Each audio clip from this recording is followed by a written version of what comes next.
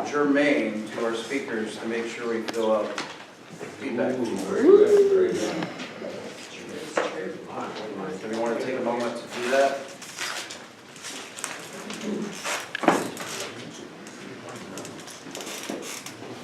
Our next speaker has been a Winter Park Toastmaster for almost 10 years. And is happy to be here and present his stories to us.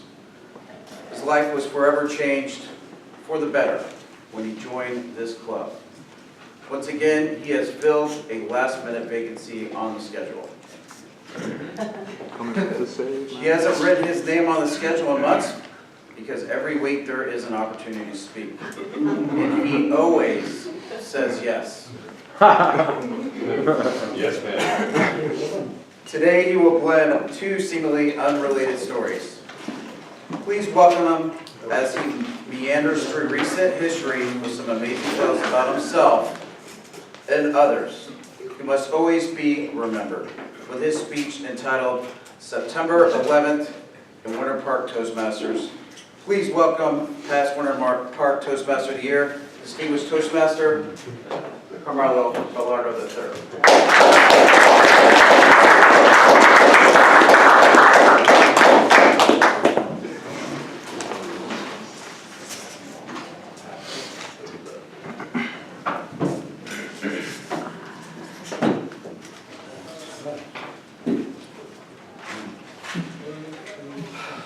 I grew up in Ozone Park, Queens, New York City, 9 miles from Ground Zero. When I was in high school, my friends and I used to cut class. Full disclosure. We would take the train downtown Manhattan and hang out around the financial district, mainly at the World Trade Center. They had music, there was lots of people, it was great. We got out of school, and we were just having a good time. I used to love just to lay down on the bench there and just look up at the Twin Towers and just watch them and marvel at the size and the spectrum of them. They were just magnificent. There's nothing like it in the world. It's almost like the buildings used to sway back and forth as you laid there. When I got my first car, first place I went was the World Trade Center. Now there's no parking. Back then there was no parking around the World Trade Center. A lot of those buildings that are there now weren't there. So I just parked my car there illegally and just hung out and watched the towers until the cops made me move. Mr. Toastmaster, fellow Toastmasters, and guests. Some people to always remember. New York Police Department, NYPD officer Moira Smith. She was the first officer to report the attacks on the Twin Towers. She is credited with saving hundreds of lives. And she died that day. If you Google her, you'll see a picture of her mangled badge. Rick Riscoria. Rick was a 62-year-old man who was an Army veteran. He worked corporate security for Morgan Stanley in the South Tower. And after the first plane hit, instructions that were broadcast on the intercom were to stay put. Because in '93, when people started evacuating, it was mayhem.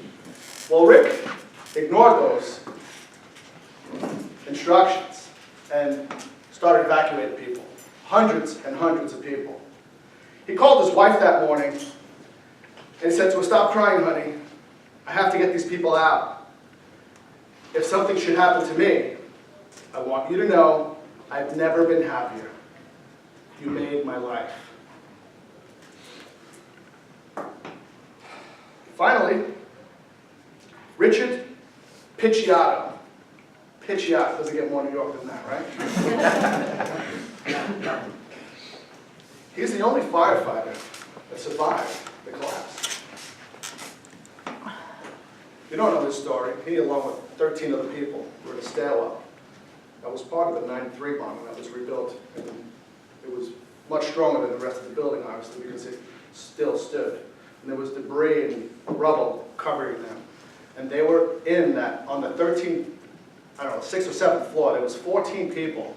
And as the debris cleared, the smoke cleared, they saw light coming through an opening. And they made their way out. And there was some really badly injured people there, and they all got out. Richard has a book entitled Last Man Down. Last Man Down. You ought to write that down, and you ought to read that book, because it is an amazing story. There's so many others, people, so many others that need to be remembered. 343 New York City firefighters, thousands of innocent people. If you close your eyes, I'm sure you'll think of different images, like the 2 people who jumped, who were holding hands. There's that other picture of the guy who's upside down, who nobody knew who he was, and he's midair with the tower behind him. It's almost like he's at total peace in that image. It's also a firefighter who was killed because a woman landed on him as he was entering the building. Now these are horrible things to think about, but we can't forget them. I don't know anyone personally who was in Pearl Harbor. But anybody who was, I bet will tell you we can never forget that. Now, there's lots of great things that have happened since 9/11. You have lots of people that survived. For myself, I felt guilty for a long time because if it weren't for 9/11, I probably wouldn't be living in Florida. My wife worked for TWA, which was shut down after 9/11. And she was rehired by American and given the opportunity to move to Orlando. We had just bought a house and closed on September 10th, the day before the attacks. So it's a pretty amazing story, which I'll save it for another day. Segue into Winter Park Toastmasters, our club. How many people are a member of this club for less than a year? Hold your hands up, please. Less than 6 months. Okay, it's a handful. I don't think you really understand the scope of what we have here in this room, in this club, in this organization. For myself, it's given me an outlet, primarily around this time of the year, because you can't go around talking about 9/11 every single day of your life. But at this time of the year, I get an outlet to talk about my experiences and tell my stories.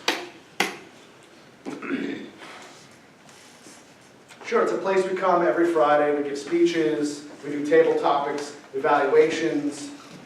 Some of us serve on the board. Alex, you learned a little about leadership, aren't you? Oh, yeah.